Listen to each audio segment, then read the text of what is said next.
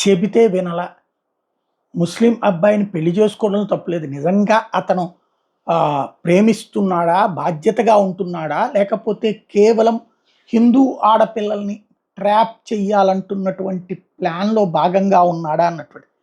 ఒక ఆడపిల్ల 18 సంవత్సరాల దళిత బాలిక ఇప్పుడు నా ఇది చిట్ట చివరి వీడియో, నేను కాసేపట్లో అతని చేతిలో చంపబడతాను అంటూ ప్రొజెక్ట్ చేసుకొచ్చింది.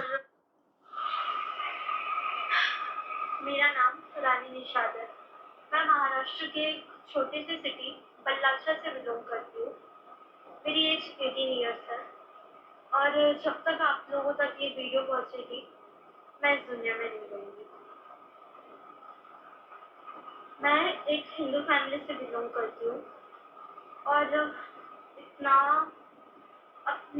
इतने सारे लव जिहाद के केसेस देखे और अब ये और एक केस मेरे साथ ऐसा हुआ कि जो लड़का था मुस्लिम था, मोमेडियन था, उसने मुझे 1 साल तक रिलेशनशिप में रखा और मुझे फिजिकली और फाइनेंशियली दोनों टाइप से यूज़ किया।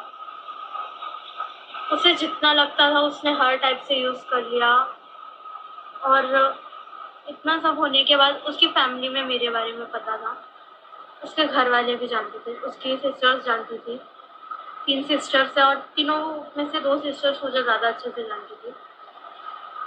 और इतना सब होने के बाद उसने मुझे हर टाइप से यूज़ कर लिया और फिर मुझे ब्लैकमेल करना चालू किया।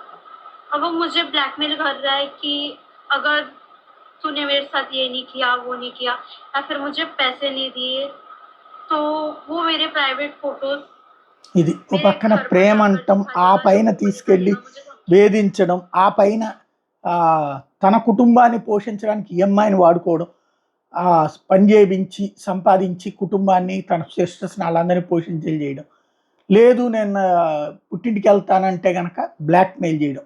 ఇది చివరికి ఆమె ఆత్మహత్య చేసుకుంది.